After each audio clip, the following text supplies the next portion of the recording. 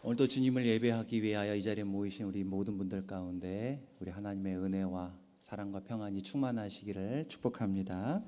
우리 옆에 분들에게 서로에게 축복의 인사를 한번 하도록 하겠습니다.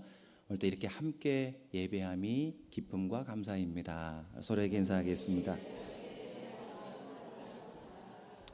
아멘. 그 인사말의 의미가 오늘은 좀 더 뜻깊을 것 같습니다. 앞서 기도할 때도 잠깐 장로님 언급하셨던 것처럼 어제는 우리나라 광복절 81주년이 되는 날이었습니다. 벌써 오래됐더라고요. 광복이 뭔지 잘 아시죠? 일제 치하에 지배를 받던 우리나라 이민족이 빼앗겼던 주권, 빼앗겼던 자유를 다시 되찾은 날 아닙니까? 그래서 광복이라는 이 말이 한문이죠. 말 그대로 광복은 빛광자를 쓰고 뒤집다, 되찾다, 복자를 써서 복귀하다 그러잖아요. 그런 것처럼 빛을 되찾았다라는 그런 뜻이죠. 자, 우리가 이렇게 자유롭게 오늘 하나님을 찬양하고 우리말로 이렇게 성경도 읽고 찬송도 하고 할 수 있는 것이 옛날에 일제에서 못 벗어났으면 이런 오늘 이 시간은 우리에게 주어지지 않았을 것입니다. 근데 하나님께서 이 민족을 사랑하시고 우리를 구원하여 주셔서 우리에게 이런 자유가 임했다라고 하는 것이죠. 수많은 사람들의 희생이 있었습니다. 장로님 기도할 때 언급한 것처럼 많은 순국선열 애국지사들, 많은 사람들이 고초를 당하거나 죽고 그랬잖아요. 그런 일들을 통해서 그리고 또한 모든 것을 주관하시는 하나님의 일하심을 통하여서 이 나라에 이 광복이 찾아왔다는 사실을 그 의미를 기억하면서 우리는 하나님께 감사하는 마음을 가져야 될 줄로 믿습니다. 자, 우리는 이렇게 자유를 얻었는데 자유를 얻은 것도 중요하겠지만 더 중요한 게 있어요. 자유를 잘 어떻게 사용하느냐라고 하는 것 또한 중요합니다. 자, 우리 16절 말씀을 한번 같이 읽어보고 말씀을 계속 이어가겠습니다. 우리 16절을 함께 읽겠습니다. 시작.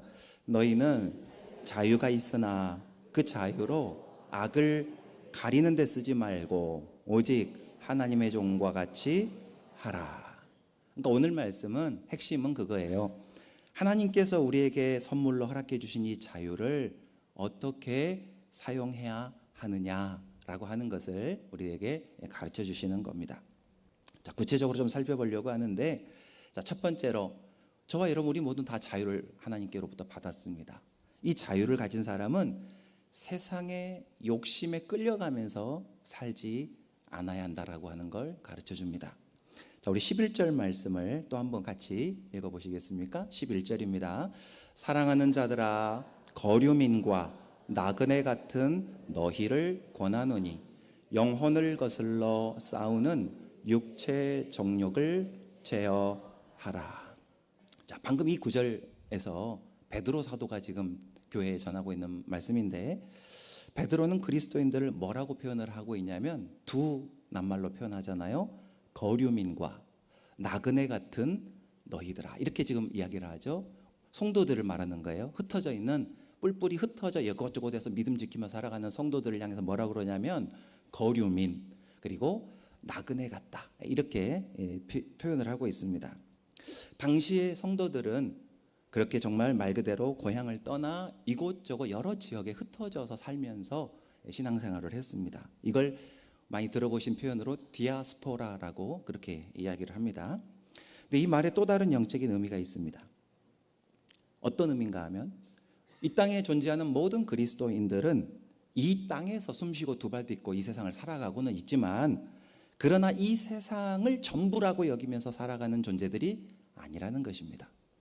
우리가 어제도 그제도 장례를 치르고 그랬는데, 여러분 우리는 다 어디에 갈 사람들입니까? 궁극적으로는 하나님 나라에 입성해야 될 사람들인 것이죠. 하나님 나라 백성으로 영원한 우리의 본향이라고 표현하는 그런 천국을 바라보고 그 천국을 향하여 한 걸음씩 나아가는 그런 사람들이다라는 겁니다. 그렇기 때문에 그리스도인들은 이 땅, 다시 말하면 세상이라고 말하는 이 세상의 욕심에, 이 땅의 욕심에 끌려가면서 살면은 안 된다라고 베드로는 오늘 말하고 있는 것입니다. 자, 방금 보았던 11절 하반부에 다시 한번 보면 이렇게 베드로 사도가 권면을 합니다. 영혼을 거슬러 싸우는 육체의 정욕을 제어하라. 이렇게 이야기를 하죠. 육체의 정욕이 뭡니까? 육체의 정욕, 단순히 우리 몸의 어떤 육체적인 욕망만을 뜻하지는 않습니다. 물론 그것도 1차적으로 기본적으로 포함되어 있죠. 그런데 여기서 말하고자 하는 의미는 하나님보다도 나 자신을 앞세우고 자기 욕심대로 살려고 하는 모든 마음들을 가리키는 겁니다. 더 우리는 많이 갖고 싶은 탐욕이 있습니다. 남보다 높아지고 싶은 교만도 있습니다. 상대방을 이기고 싶은 경쟁심도 있습니다. 지기 싫은 거죠. 이기고 싶은 거예요. 그리고 누군가를 향하여 미워하거나 복수심도 우리 마음 가운데 있습니다. 이 모든 것들이 성경은 뭐라고 정확하게 표현했냐면 영혼을 거슬러서 싸우는, 우리의 영혼과 반대되게 싸우는 그런 육체적인 정욕, 욕망이라고 그렇게 성경은 표현을 하고 있는 겁니다. 여러분, 우리가 지금 자유 그러고 있는데 자유가 도대체 뭡니까? 세상에서 말하는 자유는 내가 하고 싶은 대로 내 마음대로 하는 걸 우리는 자유라고 보통 이야기를 합니다. 자, 그런데 여러분 잘 한번 생각을 해볼까요? 과연 내가 하고 싶은 대로 사는 것이 참된 자유라고 정말 말할 수 있는 것일까요? 자, 술을 마시지 않으면 견딜 수 없는 사람은 조금 바꾸어 의미를 생각해 보면 무엇으로부터 자유하지 못한 걸까요? 술로부터 자유하지 못한 거예요. 한마디로 좀 또 바꿔서 말하자면 술에 얽매여 또 살아가는 거예요. 화가 날 때마다, 사람은 화가 날 수 있어요. 근데 화가 날 때마다 하는 이 입이 거칠어지고 말을 막 함부로 거칠게 내뱉는 사람, 감정을 폭발시키고 감정을 밖으로 표출하고 터뜨리는 사람은 뭐에 매여 있는 거죠? 감정에 지배당하고 있는 사람이에요. 자기의 감정을 제어하고 다스리지 못하고 감정의 지배를 오히려 당하고 있는 거예요. 돈과 사람의 인정에 집착을 하게 되면 아직도 나는 욕심에 사로잡혀 있고 남들의 평가에 얽매여 있는 인생을 살아가는 사람인 겁니다. 만약에 여러분 나 자신이 이런 모습이 있다라고 생각이 된다면 여러분 겉으로는 우리 지금 여러분 누가 여러분 묶어놨습니까? 막 꽁꽁 묶어놨습니까? 어디다가? 속박해 놓은 거 아니잖아요. 다 우리는 겉으로 볼 때 다 자유인들이에요. 내가 하고 싶은 대로 사는 거예요. 내가 가고 싶은 데 가고 내가 먹고 싶은 거 먹고 내가 쓰고 싶은 대로 쓰고 다 우리 자유롭게 살아가잖아요. 겉으로는. 겉으로 볼 때는 자유롭게 사는 자유인 같아 보여도 그러나 잘 관찰해 보면 실제로는 자유한 게 아니라 뭐예요? 술의 지배를 당하고 내 감정의 지배를 당하고 내 욕심의 지배를 당하고 한마디로 자유하지 못하고 여전히 나는 그것들에게 속박당하여 살아가고 있는 사람이라는 것을 우리는 여기서 깨달을 수가 있는 겁니다. 자, 주님은 이렇게 말씀하셨어요. 요한복음 8장 32절에 아주 유명한 말씀이죠. 우리 같이 한번 소리내서 읽어보겠습니다. 진리를 알지니 진리가 너희를 자유케 하리라. 너무 잘 하시는 말씀이죠. 우리 주님 하신 말씀입니다. 뭐가 너희를 자유케 한다고요? 진리를 알지니 진리가 너희를 자유롭게 할 것이다. 이렇게 주님은 말씀하셨습니다.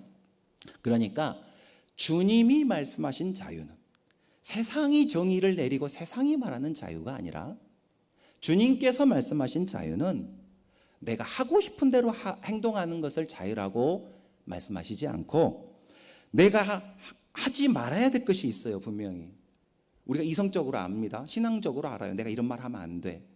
알아요. 안단 말이죠. 하지 말아야 될 것을 어떻게 해야 되냐면 단호하게 거절해야 되는 거예요. 그리고 해야 할 것은 뭐 해야 될까요? 꼭 해야 하는 거예요. 아무리 하기 싫어도 이건 해야 맞아 라고 하면 그것을 해야 되는 거예요. 이기고 내 마음을 이기고 그렇게 선택할 수 있는 능력을 주님은 자유라고 표현하신 거예요. 그러니까 세상이 정의를 내리는 자유와 주님이 정의를 내리시는 자유가 다르다라고 하는 것을 우리는 깨달아야 됩니다. 하나님은 최초의 세상에 자유를 주셨어요. 거기가 어디냐면 에덴 동산이죠. 잘 아시는 대로 하나님은 에덴 동산 지으시고 아담을 지으시고 아담을 로봇으로 만들어 놓지 않으셨어요. 입력한 대로만 움직이게 하지 않으셨잖아요. 그래서 우리는 이걸 신학적으로 뭐라 그러죠? 인간에게 뭘 주셨다 그래요? 자유의지를 주셨다. 이렇게 보통 많이 들어보신 말이죠. 하나님은 우리에게 자유의지를 창세기에 에덴 동산에서부터 최초의 사람에게 주셨어요. 그런데 이 자유는 어떤 자유죠? 네 하고 싶은 대로 마음대로 하고 살아라의 자유가 아니에요. 잘 아시는 대로 하나님이 그런데 동산 중앙에 뭘 두십니까? 선과 악을 깨달아 분별하여 아는 나무를 하나 거기 두시고 아담에게 뭘 요구하시죠? 너는 저것을 절대 먹으면 안 된다. 저걸 먹으면 안 된다라고 말씀을 하셨어요. 명령을 하셨어요. 그래서 아담은 에덴 동산 가장 중앙에 있어요. 항상 중앙에 있으니까 어딜 가나 보이는 나무예요. 어딜 가나 이 나무는 보여요. 근데 볼 때마다 아이고 따먹고 싶다. 이게 아니라 뭘 생각해야 될까요? 말씀을 생각해야 돼요. 누가 말씀하셨습니까? 하나님. 근데 그 하나님 어떤 분이시죠? 나를 지으신, 나를 이 세상에 이렇게 존재하게 하신 이 아름다운 에덴 동산에 짠 하고 태어나게 거기에 존재하게 하신 나를 거기에 두신 하나님께서 나에게 하신 말씀을 기억해야 돼요. 뭘 볼 때마다? 선악과 그 나무를 바라볼 때마다 따먹고 싶다 이런 생각을 갖는 게 아니라 저걸 먹지 말라고 하셨다라고 하는 하나님의 말씀을 기억해야 된다는 거죠. 그래서 하나님은 아담에게 자유를 주셨기 때문에 마음대로 할 수도 있지만 뭐 하지 않을 자유, 능력도 있는 거죠. 저것을 내가 내 마음은 먹고 싶지만 또는 막 먹고 싶을 수 있지만 그러나 그러함에도 불구하고 먹지 않을 뭣도 있어요? 자유도 있는 거예요. 나에게 그 자유를 주셨다는 것을 성경은 이야기하고 있는 겁니다. 예수님은 우리를 잘 아시는 대로 우리 많이 교회에서 쓰는 표현이죠. 죄와 사망에서 우리를 뭐 하셨죠? 해방시켜 주시고 그걸 구원이라고 하는 거죠. 그러니까 구원의 또 다른 의미는 죄와 사망으로부터 우리를 해방시켜 주신 거예요. 그게 구원이잖아요. 그래서 우리 옛날 복음성가 찬양에 그런 찬양 있잖아요. 해방되었네, 해방되었네. 무엇으로부터? 죄와 사망의 법에서. 아시는 찬양이죠? 네. 우리는 더 이상 죄에 매여 있는 자가 아니라는 거예요. 죄와 욕망과 욕심에 사로잡혀 있는 자가 아니라는 거예요. 왜요? 주님이 우리를 해방시켜 주셨기 때문에, 구원해 주셨기 때문에. 그래서 우리는 성령님의 도우심으로 뭐를 할 수 있냐면 죄를 거부하고, 죄 짓는 것을 거부하고 하나님의 뜻을 따라 사는 것을 선택할 수 있는 능력을 주신 거예요. 그것을 성경은 자유라고 좀 표현하고 있는 거예요. 죄를 지을 수도 있지만 죄를 얼마든지 내가 거부할 수도 있는 자유, 능력, 그걸 주셨다는 거예요. 여러분, 우리 민족이 외세의 지배로부터 벗어난 것, 일제 치하로부터 벗어난 것이 문자적으로 역사적으로 광복이라고 한다라고 하면 예수 그리스도 안에서 죄의 지배로부터 벗어나는 것을 영적인 광복이라고 표현할 수 있을 것 같습니다. 자, 그러므로 구원을 받은 우리는 주님의 은혜로 이 죄로부터, 사망으로부터 해방이 되어진 우리는 자신을 자꾸 돌아봐야 됩니다. 들여다봐야 됩니다. 나는 지금 무엇에 끌려다니며 살고 있는가? 나는 지금 무엇에 지배를 받고 오늘을 살아가고 있는가? 내가 자유롭다고 말은 하면서 실제로는 욕심이나 감정에 끌려가고 있지 않은지를 우리는 구원받은 사람으로서, 영적 광복을 선물로 받은 사람들로서 그것을 항상 생각하고 돌아보며 살아야 한다는 것입니다.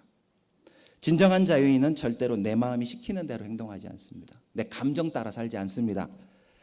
주님 분명히 말씀하셨어요. 진리를 알지니 진리가 너희를 뭐하리라? 자유케 하리라. 주님의 말씀을 따라 자신을 절제하며 살아가게 된다는 거예요. 화가 나도 함부로 말을 막 거칠게 내뱉지 않고, 욕심이 생겨도 정직과 절제를 선택하며, 누군가 미워하고 싶은 마음이 막 여기서 생겨날 때에도 그 사람을 미워하지 않고 뭐를 택할 수 있죠?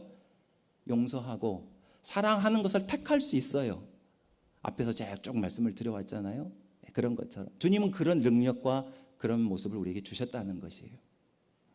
사랑하는 여러분, 주님께서 저와 여러분에게 주신 자유를 가지고 오늘 성경 말씀대로 악을 가리는 데 쓰지 말라 그랬잖아요. 성경을 표현해 보면은 악을 덮고 포장하고 아닌 척 그렇게 그런 데다가 자유를 쓰지 말고 선으로 악을 이기시는 저와 여러분 되시기를 소망합니다. 로마서의 말씀대로 선으로 악을 이기라 그랬잖아요. 하나님의 말씀 곧 진리에 순종할 때 우리는 비로소 참된 자유를 누리는 자들로 살아갈 수 있다는 겁니다. 자, 두 번째로 이 자유를 가진 사람은 또 어떻게 살아가야 되느냐? 선한 삶으로 하나님을 나타내면서 살아간다라고 하는 것입니다.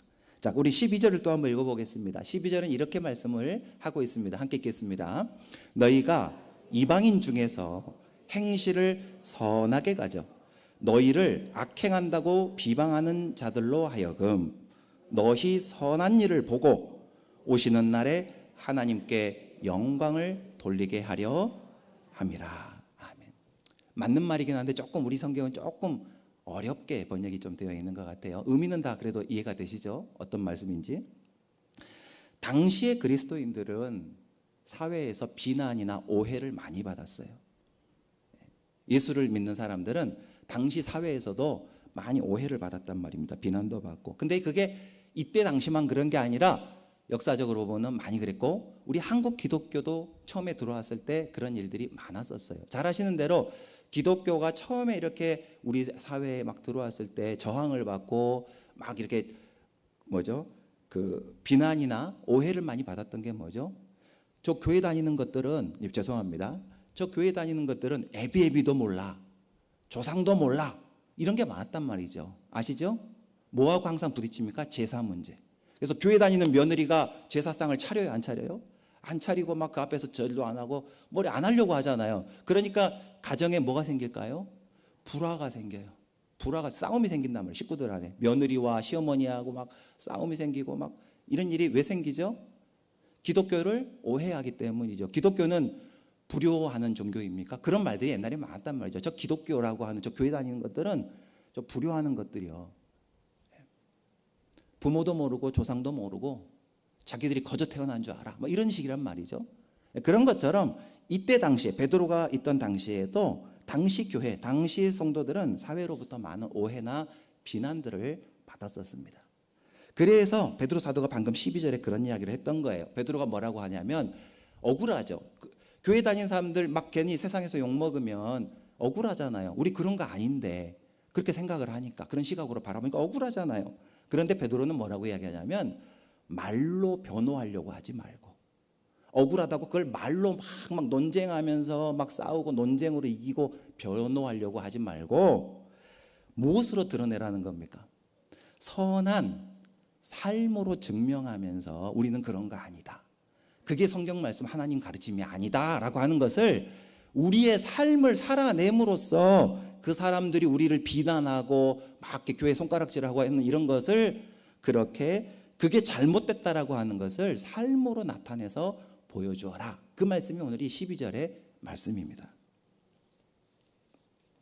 세상 사람들은 저와 여러분이 교회에서 어떻게 찬양하고 어떻게 예배하고 어떻게 봉사하고 하는지 알까요? 모를까요? 몰라요. 그분들은 지금 교회 안 와 있잖아요. 세상 사람들은 저와 여러분이 교회 안에서 어떻게 말하고 어떻게 행동하는지 전혀 관심도 없고 전혀 알지도 못해요. 그러나 세상 사람들이 우리가 교회 밖에서 어떻게 살아가는지는 어떻게 압니까? 모릅니까? 다 알죠. 다 보고 알잖아요. 교회 밖에서는 중립교회 성도들이 어떻게 사는지를 교회 밖에서는 다 알고 보고 안단 말이죠. 근데 교회 안에서 예배를 잘 드리는지 안 빠지는지 이런 걸 세상 사람들이 어떻게 알겠어요? 그러니까 그건 평가 기준이 아니에요. 세상 사람들은 뭘 가지고 평가를 합니까? 교회 밖에서 우리가 어떻게 살아가느냐, 어떻게 말을 하느냐, 이걸 가지고 저 사람들의 믿음이 진짜인 것 같다, 가짜인 것 같다를 분별하고 판단한다는 거예요. 교회 안에서는 천사같이 말하고 아름다운 목소리로 막 찬송하면서 가정에서는 가족들한테 거친 말을 막 내뱉고 그런다라고 한다면 그것은 복음의 빛을 가리는 행동이 된다는 겁니다. 여러분 많이 들어보신 이야기일 거예요. 여러분 그 이야기 아시지 않아요? 엄마는 왜 밖에서 전화 올 때만 목소리가 달라져? 야, 이 새끼 한 번씩 가지고 막 이렇게 막 자식을 혼내다가 갑자기 띠리리 전화가 오면 어떻게 되죠? 여보세요. 아유, 권사님. 그러니까 자녀들이 하는 이야기잖아요. 엄마는 왜 전화가 오면 목소리가 달라져? 우리랑 말랑 때랑 달라져? 제 아내가 저 뒤에서 저를 노려봅니다. 너나 잘해라. 예, 저도 자유롭지 못하죠. 여기 섰을 때는 목사이지만 저도 가정에서는 그냥 아버지고 남편이고 한 인간이지 않습니까? 여러분, 교회에서는 열심히 예배하고 봉사하고 섬기고 그렇게 열심히 교회 안에서 막 열심히 하면서 교회 밖에서는, 일터에서는, 동네에서는 거짓말하고 무책임하게 행동한다면 사람들은 우리의 믿음을 가짜라고 생각한다는 것입니다. 우리의 믿음을 신뢰해 주지 않는다는 것입니다. 여러분, 우리는 반대로 내가 좀 손해를 보더라도 이 세상 살아가면서 그래도 정직하고 그래도 맡겨진 일에 무슨 일이든지 세상에서도 성실하려고 하고 어려운 이웃을 돕고 약한 사람들을 존중한다면 세상은 우리의 삶을 통해서 하나님은 진짜 계시는가 보다라고 이렇게 여기게 될 줄로 믿습니다. 여러분, 1945년 8.15 광복 이후에 우리나라가 잘 아시겠지만은 눈부시게 성장하고 발전했지 않습니까? 수십 년간 일제 억압받다가 우리 민족이 해방이라는 것을 맛보았고 자유를 되찾게 됐습니다. 그러나 자유를 그렇게 얻게 되었다고 해서 저절로 사회가 좋아집니까? 그렇지 않습니다. 잘 아시는 대로 자유를 우리가 얻게 됐지만 자기 이익을 위해서 그것을 남발하고 잘못 사용하면 이 사회는 더 이기적이고 더 분열이 가득한 그런 세상, 그런 사회가 될 수 있습니다. 그리고 우리는 그걸 역사적으로 이미 보았지 않습니까? 6.25 전쟁이라든지 우리 60년대, 70년대 보내면서 다 보았지 않습니까? 우리에게는 말할 자유가 있습니다. 말할 자유가 있어요. 옛날에는 말도 제대로 못했잖아요. 말도 함부로 하면 안 되고 말 한마디 잘못했다 막 끌려가고 이러니까 말할 자유가 없었던 시절이 있었어요. 그러나 지금 우리에게는 말할 자유가 있습니다. 그러나 그 말할 수 있는 자유가 있다고 해서 어떤 말이든 해도 된다고 해서 표현의 자유가 있다고 해서 다른 사람을 모욕하고 상처 주는 말을 정당화할 수는 없는 겁니다. 나와 생각이 다르다는 이유로 한 사람을 매도하거나 그 사람을 미워하거나 그 사람을 내 적으로 만들어도 안 되는 것입니다. 그러라고 하나님 말할 자유 주신 게 아니라는 거예요. 확인되지 않은 말을 퍼뜨리고 거친 언어로 사람을 공격하면서 이게 표현의 자유야 이렇게 말하는 것은 잘못된 것이죠. 우리는 돈을 사용할 수 있는 자유가 있습니다. 그러나 나만 잘 살면 된다는 생각으로 어려운 이웃을 외면하면 안 되는 것이죠. 누군가를 살리고 구제하고 또 선을 행하는 데 쓰라고 하나님이 나에게 주신 것이다 라고 하는 그 태도를 잃으면 안 된다는 겁니다. 내가 아무리 할 수 있는 자유가 나에게 주어졌다 할지라도 그 자유가 오히려 다른 사람을 걸려 넘어지게 하는 모습이 된다라면 성경은 뭘 이야기하죠? 절제를 더하라 그랬잖아요. 이것이 있고 이것이 있고 이것이 있더라도 그 위에 뭘 더하라? 절제를 더하라 하는 거예요.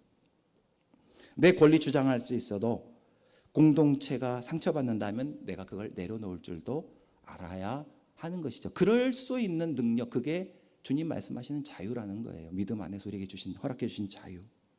그러니까 자유는 어디에 써야 되느냐? 선한 일에 쓰라는 거예요. 선한 일에. 선한 일을 이루는 데 써요. 근데 여기서 말하는 선한 일이 뭐냐? 하나님이 선하신 분이시잖아요. 그죠? 하나님은 선하시다. 성경에 그렇게 표현하잖아요. 하나님은 선하시다. 그래서 선한 일의 자유를 사용한다는 것이 의미하는 바가 뭐냐면 하나님의 뜻에 맞게 우리가 사용한다는 거고, 그게 뭐냐? 더 나아가서 하나님께 영광을 돌리는 결과가 된다라고 성경은 가르쳐 주시는 겁니다. 자, 마지막 세 번째로, 자유를 가진 사람은 하나님을 섬기며 공동체의 책임을 다한다는 것을 오늘 성경은 우리에게 깨우쳐 주고 있습니다. 자, 13절 14절 우리 두 절의 말씀을 한번 같이 읽어보겠습니다. 시작. 인간의 모든 제도를 주를 위하여 순종하되 혹은 위에 있는 왕이나 혹은 그가 악행하는 자를 징벌하고 선행하는 자를 포상하기 위하여 보낸 총독에게 하라. 그러니까 그냥 단순하게 생각해 보면 이 말씀은 누구에게 따르고 누구에게 순종하라는 겁니까? 왕을 또는 총독을 이렇게 한마디로 말하면 위로부터 오는 어떤 권세나 제도, 권위를 인정하고 존중하라. 그런 뜻이 되겠죠. 이것은 당시의 통치자들이 언제나 옳고 선하고 정의로웠기 때문에 한 말은 아닙니다. 잘 아시겠지만 어느 나라나 어느 시대나 악한 지도자들이 있고, 그렇지, 그러니까 뭐라 그러죠? 그러니까 제대로 된 지도자가 아닌 경우가 많이 있잖아요. 그런 사람에게도 우리가 따라야 되느냐? 우리는 항상 이런 퀘스천이 있지 않습니까?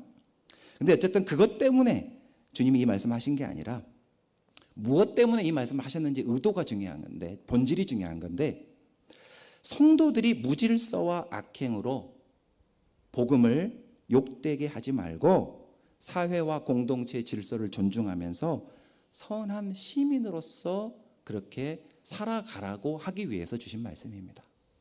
그러니까 왕이나 어떤 말한 총독, 아까 말한 그들을 두둔하기 위해서 한 말이 아니고, 성도들이, 그죠?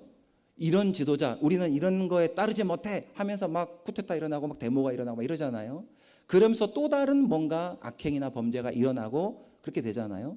그러니까 한마디로 말하자면은 그렇게 되지 않게 하려고 성도들을 성도다운 삶의 모습에서 보호하려고 하나님이 이렇게 말씀하셨다는 그 의미의 본질을 우리는 깨달아야 되는 겁니다. 자, 정리해 가면서 한번 우리 17절의 말씀을 한번 다시 한번 읽어보겠습니다. 17절입니다. 무사람을 공경하며 형제를 사랑하며 하나님을 두려워하며 왕을 존대하라. 네 가지가 나오죠. 구체적으로 그리스도인들이, 신앙을 가진 사람들이 공동체 안에서 살아가면서 가져야 되는 선한 태도가 무엇인지 네 가지를 구체적으로 언급하고 있습니다. 네 가지가 뭐죠? 첫 번째, 뭇 사람을 공경하라. 뭇 사람이 뭐죠? 모든 사람을 말하는 거예요. 모든 사람을. 그러니까 모든 사람을 우리는 공경하라는 말을 좀 바꿔 말하면 존중하라는 것입니다. 우리는 존중이 너무 약해요. 나보다 나이가 어리다고 막 함부로 대하려고 하고, 나보다 못 배웠다고 그 사람 무시하고 함부로 대하려고 하고, 여자라고 무시하려고 하고, 우리는 상대방을 존중할 줄 모르는 모습이 너무 많아요. 여러분, 여기서 뭇사람을 공경하라는 말은 모든 사람을 존중하라는 거예요. 나와 생각이 같은 사람만 존중하라는 뜻이 아니죠. 모든 사람, 뭇사람, 모든 사람이니까 그 말은 뭐예요? 나랑 생각이 다르다 할지라도 그 사람을 인격적으로는 존중해야 된다는 뜻이에요. 왜죠? 그 사람도 누가 지으셨습니까? 나만 하나님이 지으셨어요? 저 사람도 누가 지었어요? 하나님이 지으셨지 저 사람 지옥에서 올라온 거 아니에요. 저 사람도 누가 만드셨어요? 하나님이 만드셨어요. 나와 똑같이.